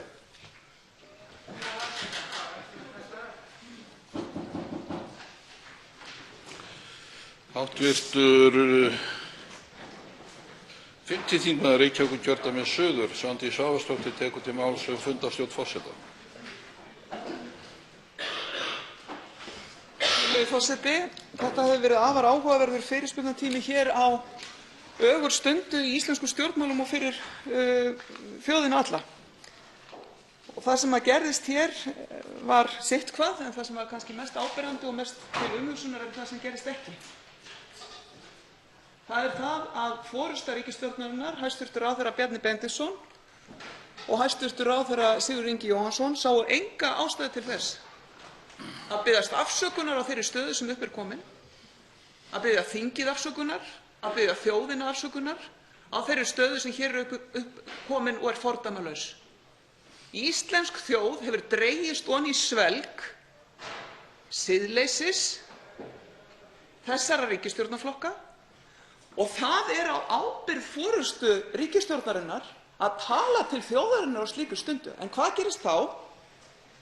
Hér er ríkisstjórnin með slíka forystu að þeir ætla að fara að útskýra það fyrir stjórnarandstöðunni, fyrir alheimspressunni, fyrir öllum í veröldinni að þetta sé allt saman á misskilningi byggt af því að einhverjir hafi borgað skatta og skyldur. Af því að vandinn sé ekki sá að pólitísk forysta á Íslandi er með nöfnin sín í skattaskjólum. Virðulegur forseti, það er ekki einn einasti þýskur stjórnmálamaður á þessum pappírum. Af hverju ekki? Það er vegna þess að fólk úti í Evrópu, það skilur þennan mun. Það skilur þennan mun og þetta er átakanleg staða sem íslensk stjórnmál eru stödd í. Hv. 9. þingmaður Reykjavíkurkjördæmis suður, Helgi Hjörvar, tekur til máls fundarstjórn forseta. Virðulegur forseti, afstaða formanns Sjálfstæðisflokksins til aflandseyja þarf ekki að koma á óvart. En það kemur sannarlega á óvart að nýr tilvonandi forsætisráðherra Framsóknarflokksins segi það hér að það sé bara allt í lagi að eiga fjármuni á Tortóla og öðrum aflandseyjum. Ég hélt satt að segja að Framsóknarflokkurinn væri ósáttur við það og þess vegna hefði hæstv. forsætisráðherra sagt af sér. Og við hljótum að spyrja, er það stefna Framsóknarflokksins að það sé bara allt í lagi að geyma peningana sína á aflandseyjum? Finnst Framsóknarflokknum bara allt í lagi með aflandseyjar? Eru þingmenn Framsóknarflokksins hér í salnum sammála tilvonandi forsætisráðherra um það að það sé ekkert athugavert við það að geyma peningana sína á Tortólu? Eða eru þeir ósáttir við það að menn leiti slíkrar undankomu með fjármuni sína sem það er að vista þá á aflandseyjum? Hv. 3. þingmaður Reykjavíkurkjördæmis suður, Sigríður Ingibjörg Ingadóttir, tekur til máls fundarstjórn forseta. Herra forseti, Ísland nýtur algjörrar sérstöðu meðal evrópskra þjóða hvað varðar hlutdeild ráðherra í ríkisstjórn í skattaskjólum. 3 ráðherrar í ríkisstjórn Íslands sem nú mun skila inn umboði sínu á eftir hafa átt fyrirtæki í skattaskjólum og 2 þeirra ætla sér að halda áfram í ríkisstjórn Íslands. Hér á morgun mun stjórnarþingmönnum gefast tækifæri til að segja almenningi á Íslandi hvort þeir styðji ráðherra og ríkisstjórn, einstaklinga sem hafa átt fyrirtæki í skattaskjólum. Það verður fróðlegt að sjá og ég bið hv. þingmenn að muna að krafan í mótmælunum hér úti er kosningar strax. Hv. 4. þingmaður Norðausturkjördæmis, Steingrímur J. Sigfússon, tekur til máls fundarstjórn forseta. Herra forseti, ég verð að taka undir það með félögum mínum að það var dapurlegt að upplifa viðbrögð talsmanna ríkisstjórnarflokkanna hér áðan, þar á meðal tilvonandi hæstv. forsætisráðherra. Það var engin auðmýkt, engin. Það var ekki beðist afsökunar, ekki einu sinni mildilega afsökunar á einu eða neinu. Það má kannski segja að hæstv. fjármála- og efnahagsráðherra hafi verið aðeins betra skapi í dag en hann var í stiganum í gærkvöldi, en þó munaði ekki miklu. Þetta mál verður greinilega að ræða miklu betur. Viðbrögð Íslands núna skipta miklu máli. Eftir þau áföll sem við höfum fengið á okkur undanfarna daga þá verður að reyna að takast á við það af einurð að koma jákvæðum skilaboðum til umheimsins það hvernig Ísland ætlar að taka sómasamlega á þessu. Þannig ég fer, herra forseti, fram á umræðu utan dagskrár þetta viðfangsefni.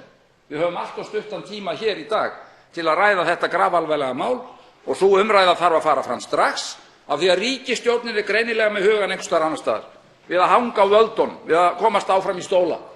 En það verður að leggja upp vandaða aðgerðaáætlun fyrir Ísland það hvernig við tökumst á við þá stöðu sem nú er upp komin.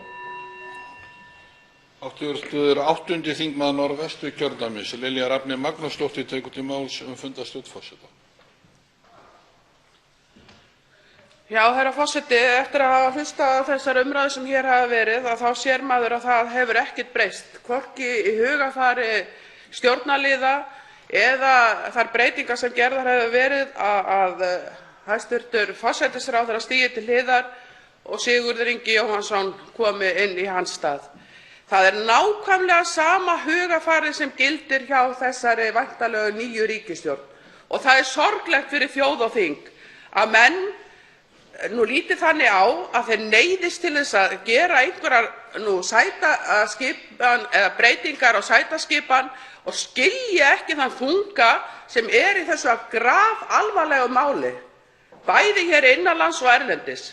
Og að koma með einhverja samlíkingu það að við höfum unnið okkur vel gagnvart útlöndum þegar eldgosi var og það séu tækifæri í þessu gagnvart umheiminum bara svo ömurlegt að það með ólíkindum hvar menn eru staddir í þessari umræðu. Þjóðin krefst þess að þessi ríkisstjórn fari frá strax því hún svipt öllu trausti og nýtur ekki traust og hún verður að skynja sinn vitjunartíma. Hv. 7. þingmaður Reykjavíkurkjördæmis suður, Róbert Marshall, tekur til máls fundarstjórn forseta.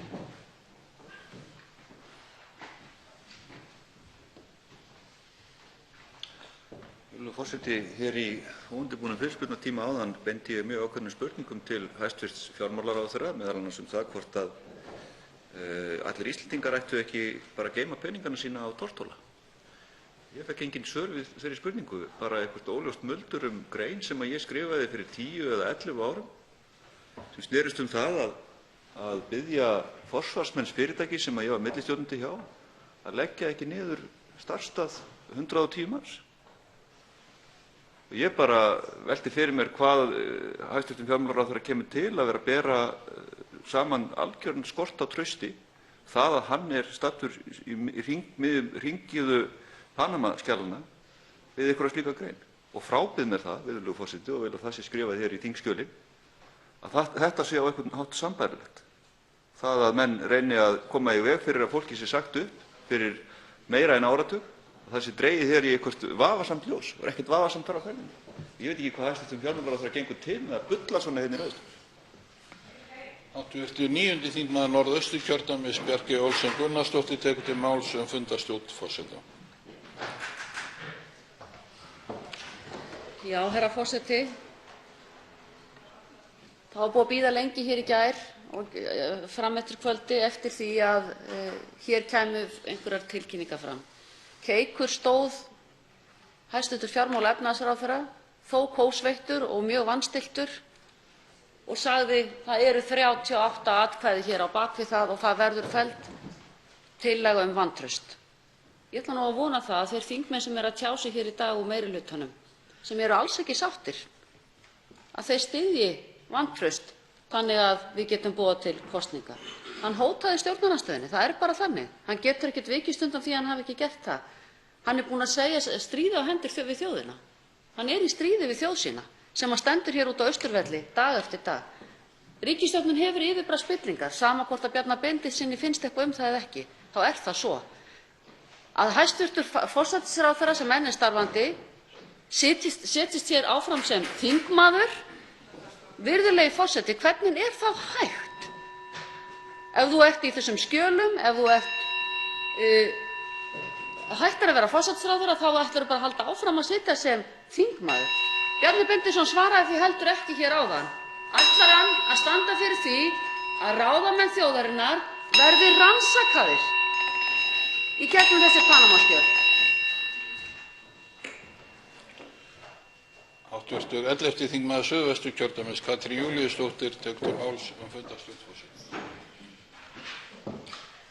Virðulegi forseti, ég velti því hér fyrir mér hvað er mönnum að ganga til með þessum stólaskiptum þegar að auðmýktin og eftirsján er engin, bara engin. Það kom fram hér í umræðunni áðan.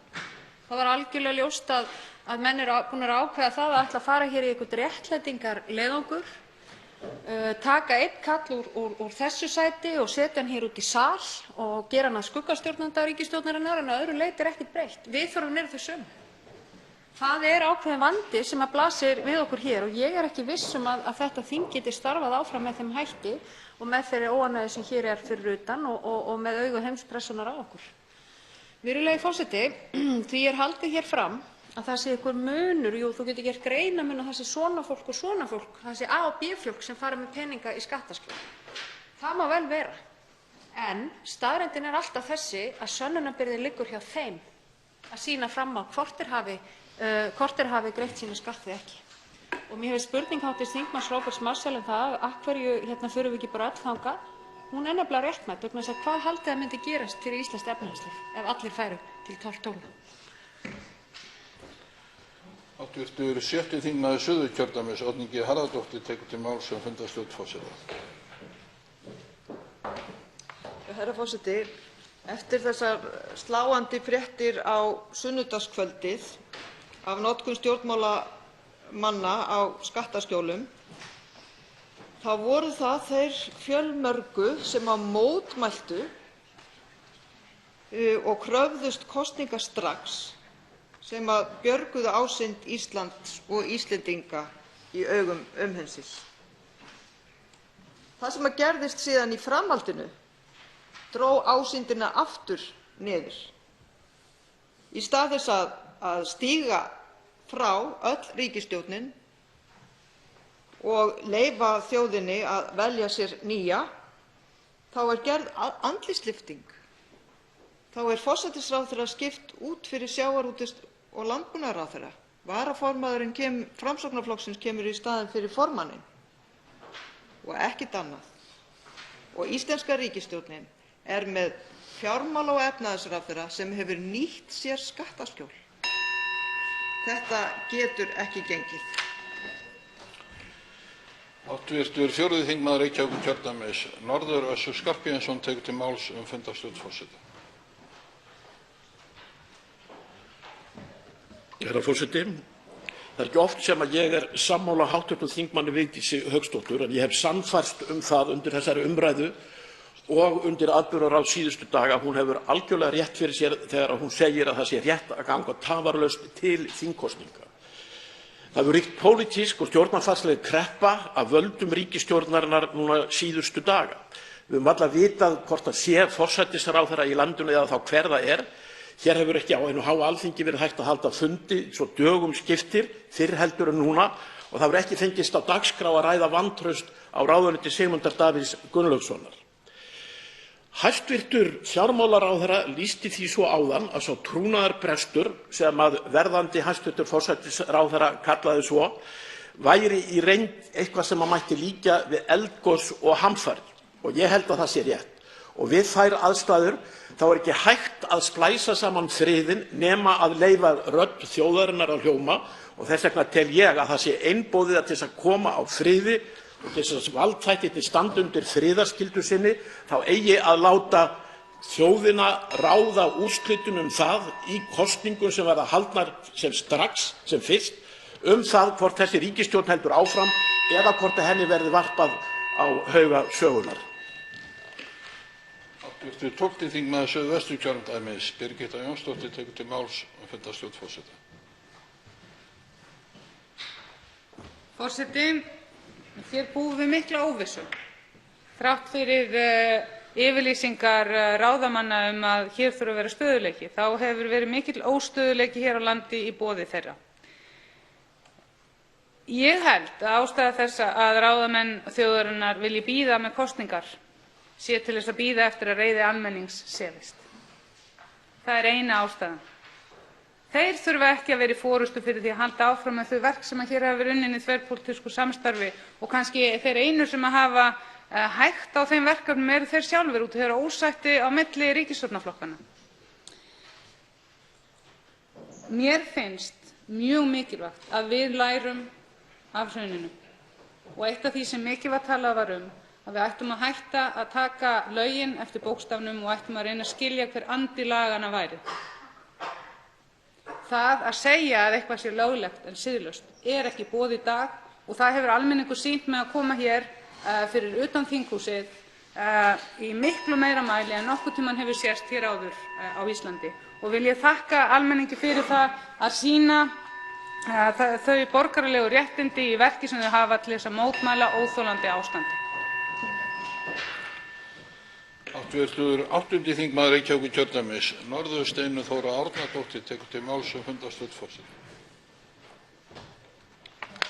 Hæstv. forseti, þau svör sem hæstv. ráðherrar hafa komið með hér í dag hafa verið gríðarleg vonbrigði. Það hefur engin viðleitni verið hér í þá átt að fordæma það að Ísland eigi líklega heimsmet í því að eiga reikninga í skattaskjólum. Hæstv. fjármála- og efnahagsráðherra talar mikilvæg verk sem þurfi að klára og það að trúverðugleiki landsins sé mikils virði. Virðulegi forseti, ef hæstv. ráðherra væri einhver alvara með þessum orðum, þá hefði hann vitanlega verið búinn að stíga til hliðar og segja af sér sem ráðherra fyrir löngu síðan.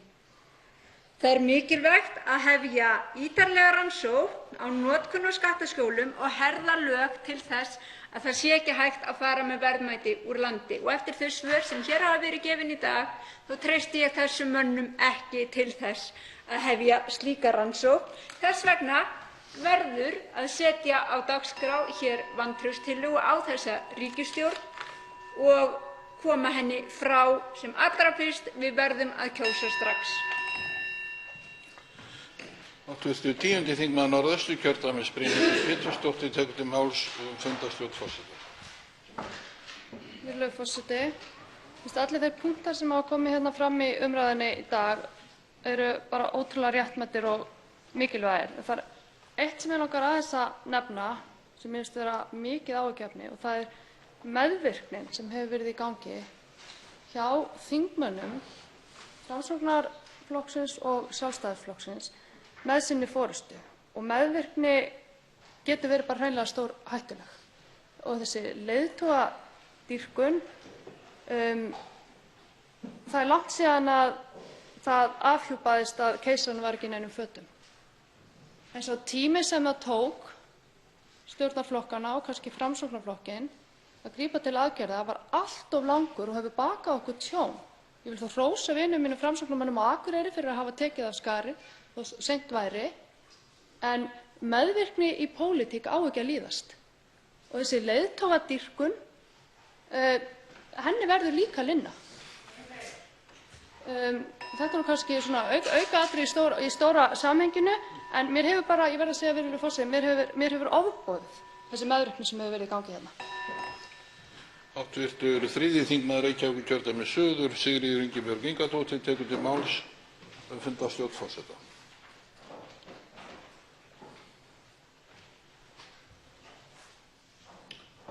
Herra forseti, það er eiginlega óskiljanlegt að við horfum upp á það að það eigi að koma hér á ný ríkisstjórn í landinu ráðuneyti Sigurðar Inga Jóhannssonar með innanborðs ráðherra sem hafa átt fyrirtæki í skattaskjólum. Við búum við það ástand núna að hæstv. Fjármálaráðherra hefur átt slíkt fyrirtæki. Hæstv. Fjármálaráðherra og formaður Sjálfstæðisflokksins ætlar að halda áfram sem fjármálaráðherra í ríkisstjórn Íslands. Og þegar hann er spurður ágengnar spurninga þessa sögu sína, þá eys hann óhroða yfir þá þingmenn sem spyrja og bendir einnig á að það eigi ekki að persónugera vandann. En ég vil benda á, herra forseti, að það er stórkostlegt vandamál fyrir Ísland að vera með fjármálaráðherra sem hefur geymt eignir sínir í skattaskjólum. Hv. 10. þingmaður Suðurkjördæmis, Páll Valur Björnsson, tekur til máls fundarstjórn forseta. Ég kem bara til þess að lýsa við mikilli hryggð á þessari byrjun sem var hjá tilvonandi forystumönnum ríkisstjórnarinnar. Þeim datt ekki til hugar að standa hér og sýna iðrun og biðja þjóðina afsökunar á þeim farsa sem okkur hefur verið boðið upp á hér síðustu daga. Og þetta er fyrir neðan allar hellur. Það er engin auðmýkt eða neitt til í ranni þessara manna. Ég hef hvatt til þess alveg frá byrjun og ég man eftir ég sagði það í stefnuræðu hæstv. Forsætisráðherra í stefnuræðunni 2013 haustið að ég hef skorað á hann að sýna auðmýkt og taka tillit til allra sjónarmiða, líka þeirra sem ekki kusu hann. En hann hefur hunsað það algjörlega, því miður. Og ég vil líka segja það, þó mér komi ekkert við hvernig þingmenn Framsóknarflokksins starfa, þá finnst mér með ólíkindum framkoma foringja þeirra gagnvart þeim. Og að þeir skuli fylgja honum í einu og öllu er mér algjörlega óskiljanlegt vegna þess að það er góða fólk sem ég hef fengið að starfa með hér í 3 ár á það ekki skilið hvernig komið fram með fyrir það. Hv. 12. þingmaður Suðvesturkjördæmis, Birgitta Jónsdóttir, tekur til máls fundarstjórn forseta. Forseti, ég vil biðja forseta að tryggja það að ef ríkisstjórnin ætlar hér að koma fram með þá kröfu að þeir fá að ljúka þingmálum og halda áfram að vinna þrátt fyrir fullkomið vantraust á þeirra verk, aðeins fjórðungur þjóðarinnar treystir þessari ríkisstjórn, að þá vil ég fá nákvæma dagsetningu. Og ég veit að það sama á við alla þingmenn stjórnarandstöðunnar og án efa þingmenn þeirra eigin. Mig langar líka að benda á, því að kom fram í umræðunum hérna áðan sem er svo alvarlegt, er að það er talað að það sé allt í lagi, það er löglegt að hafa eignir sínar í skattaskjólum og það er erfitt að eiga peninga á Íslandi. En forseti, þó svo allir Íslendingar myndu vilja fara með eignir sínar í skattaskjól, þá er það bara þannig að það eru miklu fleiri sem eiga í vandræðum út af því að eiga ekki peninga heldur en hvað þeir að gera við þá og út af því að þeir eiga svo mikið af þeim. Það skulum við hafa í huga og það er ráðherrar hér hjá ríkisstjórn sem með allt niður sig komi og tali eins og það sé einhver sjálfsagður hlutur að hafa eignir í skattaskjólum þegar við berjumst gegn tilveru skattaskjóla eru þetta fráleitur málflutningur og setur þingið niður. Hv. 8. þingmaður Norðvesturkjördæmis, Lilja Rafney Magnúsdóttir, tekur til máls fundarstjórn forseta.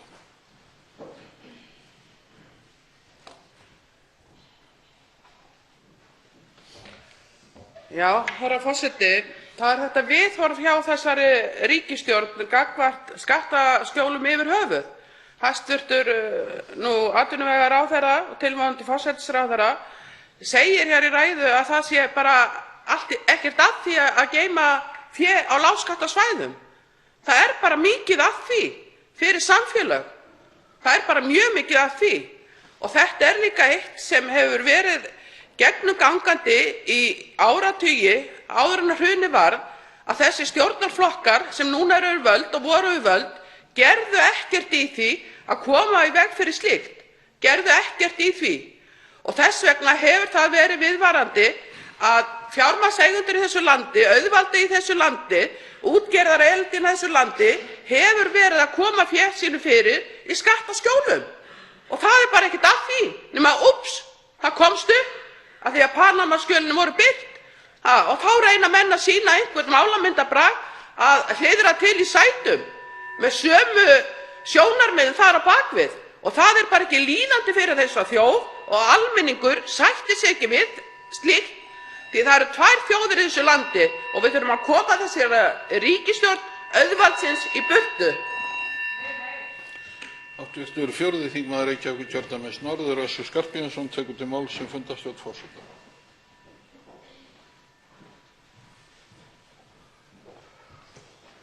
Herra forseti, þegar friður rofnar í samfélaginu með jafn afgerandi hætti og núna, þá verða valdþættirnir Alþingi og ríkisstjórn að leggja sig fram að skapa aftur frið og sátt.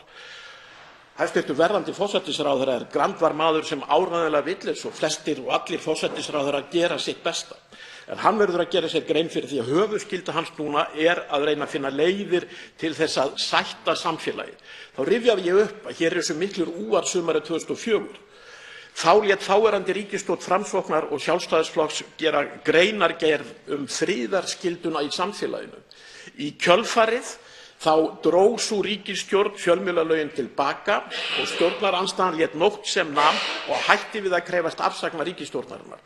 Nú verður verðandi hæstv. Forsætisráðherra að velta fyrir sér hvað er best til þess að lægja öldurnar. Er það að búa til ríkisstjórn sem nýtur minnsta fylgi sem nokkur ríkisstjórn hefur notið í upphafi ferilsins? Er það að mynda ríkisstjórn sem nýtur samtals 28% fylgis? Vitaskuld ekki. Besta sem að hæstv. verðandi forsætisráðherra getur gert er að fallast á það að nú á fólkið að fá að tala og setja fram tillögu kosningar, og við munum sjá til þess að áður heldur en að gengið verður til þeirra, þá verður gengið frá því sem nauðsynlegast er varðandi uppgjör slitabúanna.